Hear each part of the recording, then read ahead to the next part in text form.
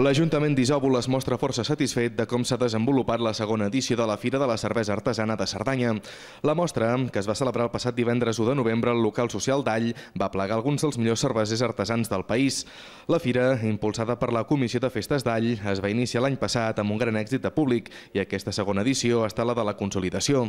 És una fira que es va consolidant mica a mica. Evidentment, pel matí es va fer el tema del medenatge, que va anar perfectament bé.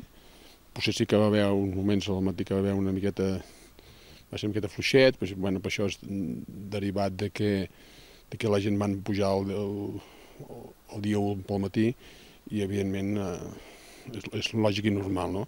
En quant a la tarda, a partir de les 3 va ser tot un èxit total. Des de l'Ajuntament valoren molt positivament el moviment de gent pel poble que ha generat aquest certamen. Sí, perquè és el tema de la cervesa, és el tema dels productes artesans, és una mica tot un conjunt, no?